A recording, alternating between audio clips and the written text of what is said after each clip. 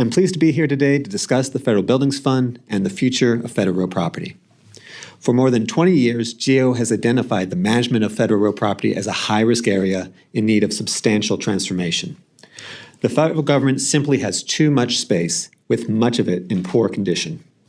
The Federal Buildings Fund will play a key role in how effectively this problem is addressed. As you know, the fund is GSA's sole source of money to manage the buildings under its control. Specifically, GSA collects rent from tenant agencies, deposits it into the Buildings Fund, and uses that money to fund its real property work, subject to appropriations.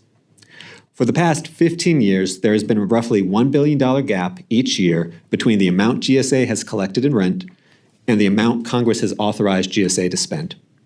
That funding constraint has made it more challenging for GSA to pursue large projects, properly maintain its building, and dispose of unneeded properties.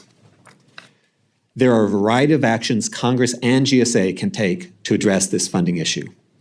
For example, terminating unneeded leases and disposing of underused buildings, particularly those in need of large capital investments, would reduce the strain on the Federal Buildings Fund and could free up money for GSA to properly maintain priority buildings that are being held for the long term. Congress could also consider alternative financing mechanisms for large projects and alternative budget structures. For example, Congress could modify the Buildings Fund to exclude certain major projects and instead provide direct appropriations to tenant agencies for those projects.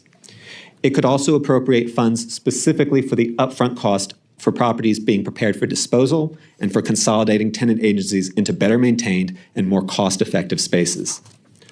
All of these options come with trade-offs. There is no silver bullet, but they're worth considering. That said, the fundamental issue goes beyond funding. The federal government simply has too big of a footprint, and a lot of it is in bad shape. Spending large sums of money to preserve that existing footprint just doesn't make sense.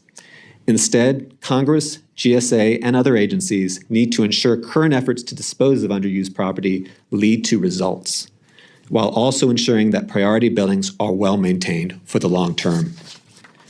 This will take an upfront investment of money, but if executed in a sustained and well-planned way, the long-term cost savings could be in the hundreds of millions of dollars or more, and agencies could end up with better space to carry out their missions.